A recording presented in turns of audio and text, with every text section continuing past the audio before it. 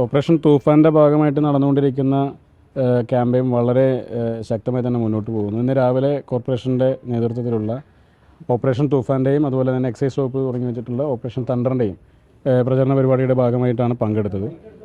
സംസ്ഥാനത്തെമ്പാടും തന്നെ വലിയ രീതിയിൽ തന്നെ പോലീസും എക്സൈസും എല്ലാം വലിയ ലോ എൻഫോഴ്സ്മെൻറ്റിൻ്റെ ഭാഗമായിട്ടുള്ള പ്രവർത്തനം നടത്തുന്നുണ്ട്. അതോടൊപ്പം ഒരു ബോധവൽക്കരണ പരിപാടി കൂടി സംസ്ഥാനത്തിനകത്ത് നടപ്പാക്കേണ്ടത് ആവശ്യകതയാണ്. ഇപ്പോൾ സ്പോർട്സ് വലിയ രീതിയിൽ ഫിഫ വേൾഡ് കപ്പ് ജനങ്ങളും ചെറുപ്പക്കാരൊക്കെ വലിയ രീതിയിൽ ഏറ്റെടുത്തുകൊണ്ടിരിക്കുന്ന സമയം കൂടിയാണ്. അപ്പോൾ ഈ ഒരു ക്യാമ്പയിൻ ഈ ഒരു സമയത്തെ വേൾഡ് കപ്പിൻ്റെ സമയത്തെ കൂടി ഉപയോഗപ്പെടുത്തി അതിൻ്റെ ഒരു ആവേശത്തെ കൂടി ഉപയോഗപ്പെടുത്തി ചെറുപ്പക്കാർക്കിടയിലേക്ക് സ്പോർട്സിൻ്റെ ഒരു പ്രാധാന്യത്തെയും സ്പോർട്സിൻ്റെ ഒരു ആവേശത്തെയൊക്കെ മാറ്റിയെടുക്കുന്ന പ്രവർത്തനങ്ങളാണ് യുവജനക്ഷേമ ബോർഡും കായിക വകുപ്പും കൂടിയൊക്കെ തീരുമാനിച്ചിട്ടുള്ളത്. അതിൻ്റെ ഭാഗമായിട്ടുള്ള 1-2 പരിപാടികൾ തിരുവനന്തപുരത്ത് കായിക വകുപ്പിൻ്റെ നേതൃത്വം നടന്നു.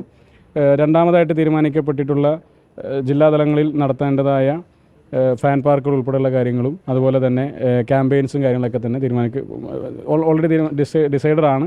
അത് അതിൻ്റെ ദിവസങ്ങളിലേക്ക് അനുസരിച്ച് അനൗൺസ് ചെയ്യാൻ വേണ്ടിയിട്ടാണ് നിൽക്കുന്നത്. നമ്മുടെ നാട്ടിൽ ഒഴുക്കാനുള്ള ഒരു നീക്കത്തിന്റെ ഭാഗമാണ് ഈ വീര്യം കുറഞ്ഞ മദ്യങ്ങൾക്കുള്ള നികുതി ഇളവ് എന്നുള്ളത്. യൂത്ത് കോൺഗ്രസ് സംസ്ഥാന അതിനകത്ത് അന്തിമ തീരുമാനം എടുക്കേണ്ടത് UDF ആണ്. മദ്യനയം തീരുമാനിക്കേണ്ടത് UDF ആണ്. അത് മുഖ്യമന്ത്രി തന്നെ വളരെ കൃത്യമായി തന്നെ നിയമസഭയിൽ പറഞ്ഞതുമാണ്. UDF ആലോചിച്ചതിന് ശേഷം ആ വിഷയത്തെ സംബന്ധിച്ച് അന്തിമ തീരുമാനം എടുക്കുന്നുള്ളത്. ഈ മദ്യത്തിൽ മുക്കിക്കൊല്ലുന്ന തീരുമാനം ഉണ്ടായിരുന്നത് ഇടതുപക്ഷ സർക്കാരിൻ്റെ കാലഘട്ടത്തിലാണ്. 29 ബാറിൽ നിന്ന് 700 പരം ബാറുകളുടെ എണ്ണത്തിലേക്ക് ഈ സംസ്ഥാനത്ത് നയിച്ചത് LDF സർക്കാരാണ്. നികുതിയിൽ കുറവ് വരുത്തുന്നതുമായി ബന്ധപ്പെട്ട കത്ത് പോലും ആദ്യം കൊടുത്തത് MV ഗോവിന്ദൻ മാഷാണ്. അദ്ദേഹമാണ് ആദ്യം തന്നെ ഇതുമായി ബന്ധപ്പെട്ട കത്ത് കൊടുക്കുകയും കാര്യങ്ങളൊക്കെ ചെയ്തത്. അപ്പോൾ ഏത് സമയത്താണെന്ന് ആലോചിക്കണം, എത്ര കാലം മുമ്പാണെന്ന് ആലോചിക്കണം. ഇപ്പോൾ ഇടതുപക്ഷ സർക്കാരിൻ്റെ കാലഘട്ടത്തിൽ 2020-21 മുതലൊക്കെ തന്നെ തുടങ്ങിയിരുന്ന ഒരു പ്രക്രിയയുടെ ഭാഗമായിട്ടാണ് നികുതി കുറഞ്ഞുകൊണ്ടിരുന്നത്. ആ സർക്കാർ തന്നെയാണ് വിദേശ മദ്യത്തിൻ്റെ നികുതി കുറയ്ക്കുന്നതുമായി ബന്ധപ്പെട്ട കാര്യങ്ങളൊക്കെ ചെയ്തു വെച്ചിരുന്നത്. ഇവിടെ ഞങ്ങളുടെ പുതിയ മദ്യനയം തീരുമാനിക്കപ്പെട്ടിട്ടില്ല.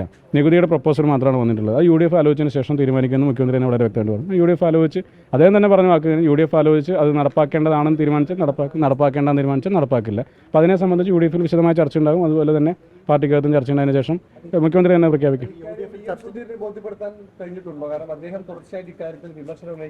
അദ്ദേഹത്തിൻ്റെ അഭിപ്രായം പറയാനുള്ള സ്വാതന്ത്ര്യം അദ്ദേഹത്തിനില്ലേ? അത് UDF ചർച്ച ചെയ്തതിന് ശേഷം തീരുമാനിക്കുമെന്നാണല്ലോ മുഖ്യമന്ത്രി പറഞ്ഞത്. അപ്പോൾ UDF ചർച്ച ചെയ്തതിന് ശേഷം തീരുമാനം നിങ്ങൾ എന്തായാലും അറിയിക്കുമല്ലോ.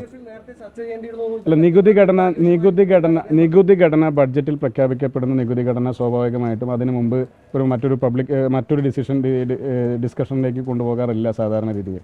അതൊരു പ്രപ്പോസലാണ്. ആ പ്രപ്പോസൽ വേണോ വേണ്ടെന്നതിനെ സംബന്ധിച്ച് UDF ആലോചിച്ച് തീരുമാനമെടുക്കും. അന്തിമ തീരുമാനം എടുക്കുമെന്ന് മുഖ്യമന്ത്രി പറഞ്ഞു കഴിഞ്ഞല്ലോ.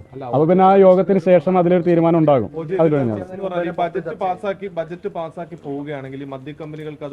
അല്ല, അതിൽ പറഞ്ഞല്ലോ അത് UDF ആലോചിച്ചതിന് ശേഷം തീരുമാനം എടുക്കുമെന്ന് അല്ല, ഞങ്ങളുടെ ഘടനയെ സംബന്ധിച്ച് ഞങ്ങളല്ലേ തീരുമാനിക്കേണ്ടത്. അതല്ലാതെ അതിനെ പറ്റിയിട്ട് മുഖ്യമന്ത്രി പറഞ്ഞു അത് മുന്നണി ആലോചിച്ചതിന് ശേഷം അന്തിമ നയം തീരുമാനിക്കും എന്ന് പറഞ്ഞാൽ അന്തിമ നയം തീരുമാനിക്കുന്നവരെ വെയിറ്റ് ചെയ്യാനേ പറ്റുള്ളൂ. അന്തിമ നയം തീരുമാനിച്ചാൽ അറിയിക്കും. അതിനിടയിൽ ഞങ്ങൾ ഓരോ വകുപ്പ് മന്ത്രിമാർ പ്രത്യേകമായിട്ട് പറയേണ്ട കാര്യമില്ലല്ലോ. അത് മുഖ്യമന്ത്രി തന്നെ പറഞ്ഞു. അന്തിമ നയം UDF ആലോചിച്ചതിന് ശേഷം അതിനെ സംബന്ധിച്ചുള്ള നയം പ്രഖ്യാപിക്കും എന്ന് പറഞ്ഞാൽ ആ UDF ആലോചിച്ചതിന് ശേഷം പറയുന്നവർ സ്വാഭാവികമായിട്ടും കാത്തിരിക്കുക. അതിനുശേഷം അവരെ അറിയിക്കും. നിങ്ങൾ അറിയിക്കേണ്ട എന്തായാലും നടപ്പാക്കാൻ പറ്റില്ല. ഓക്കെ. യൂത്ത് കോൺഗ്രസിന് നിലവിൽ ഇപ്പോൾ പുനഃസംഘടന നടത്തേണ്ട സാഹചര്യത്തിലേക്ക് കടന്നിട്ടില്ല. എന്നെ ചുമതല ഏൽപ്പിച്ചതിന് ശേഷം ഇപ്പോൾ 8 മാസക്കാലമാണ് പൂർത്തിയാകുന്നത്. അതിനിടയിലാണ് നിയമസഭാ തെരഞ്ഞെടുപ്പ് വന്നതും അതോടൊപ്പം തന്നെ ഇപ്പോൾ ഞാൻ മന്ത്രിയായിട്ട് പ്രവർത്തിക്കേണ്ട ഒരു അവസരം കൂടി വന്നത്. നിയമസഭാ തെരഞ്ഞെടുപ്പിൽ പാർട്ടി ഏൽപ്പിച്ച് മറ്റൊരു ഉത്തരവാദിത്തമാണ്. നിയമസഭ ആ സീറ്റിൽ പിടിച്ചെടുക്കുക എന്നുള്ള ഉത്തരവാദിത്തമാണ്. രണ്ടാമത് ഏൽപ്പിച്ചത് വേറൊരു ഉത്തരവാദിത്തമാണ്. മന്ത്രിയെ പ്രവർത്തിക്കാൻ ഏൽപ്പിച്ച ഉത്തരവാദിത്തം അത് പാർട്ടി ഏൽപ്പിച്ച മറ്റൊരു ഉത്തരവാദിത്തമാണ്. യൂത്ത് കോൺഗ്രസ് പ്രസിഡന്റ് എന്ന നിലയിൽ ഞാനൊരു ദിവസം റോഡിലൂടെ പോയപ്പോൾ പെട്ടെന്നൊന്നും യൂത്ത് കോൺഗ്രസ് പ്രസിഡന്റ് ആയതല്ല. പാർട്ടി തീരുമാനമെടുത്ത് തന്നെ ആക്കിയതാണ്. അപ്പോൾ അതിനെ സംബന്ധിച്ചും പുനഃസംഘടന എപ്പോൾ വേണം, എന്ത് വേണം എന്നുള്ളതിനെ സംബന്ധിച്ച് തന്നെ പാർട്ടി നേതൃത്വം തന്നെയാണ് തീരുമാനം എടുക്കേണ്ടത്. ഇപ്പോൾ 6-ാം തീയതി മുതൽ യൂത്ത് കോൺഗ്രസിന് നാഷണൽ എക്സിക്യൂട്ടീവ് നടക്കുകയാണ്. ഞാൻ സ്വാഭാവികമായിട്ട് അതിൻ്റെ ഭാഗമായിട്ട് 7-ാം തീയതി മുതൽ പങ്കെടുക്കുകയും ചെയ്യുന്നുണ്ട്. അതിനുശേഷമുള്ള കാര്യമാണ് കോട്ടയത്ത്. അപ്പോൾ അതിൽ ഇന്നലെ ഒരു ഇടപെടലുണ്ടായി മിനിസ്റ്ററിൻ്റെ. അപ്പോൾ ഇന്ന് അതിലൊരു വിജിലൻസ് അന്വേഷണം വേണമെന്നൊരു ആവശ്യം അവിടുത്തെ MLA ഉന്നയിക്കുന്നുണ്ട്. അല്ല, MLA ഉന്നയിച്ച ആവശ്യമായാണ്. ആ കെട്ടിടത്തിൻ്റെ നിർമ്മാണ പ്രവർത്തനങ്ങളെ സംബന്ധിച്ച് ഞാൻ മാധ്യമങ്ങളിലൂടെ തന്നെ വന്ന വാർത്തയുടെ അടിസ്ഥാനത്തിലാണ് വകുപ്പ് തലത്തിൽ അന്വേഷണത്തിനായിട്ട് ഉത്തരവിട്ടത്. അതിൻ്റെ നിർമ്മാണ പ്രവർത്തനങ്ങളിൽ വലിയ പോരായ്മ ഉണ്ടായിട്ടുണ്ട്. അതിനെ സംബന്ധിച്ച് റിപ്പോർട്ട് കിട്ടിയതിന് ശേഷം കായിക വകുപ്പിൻ്റെ നടപടികളായിട്ട് ഞങ്ങൾ മുന്നോട്ട് പോകും.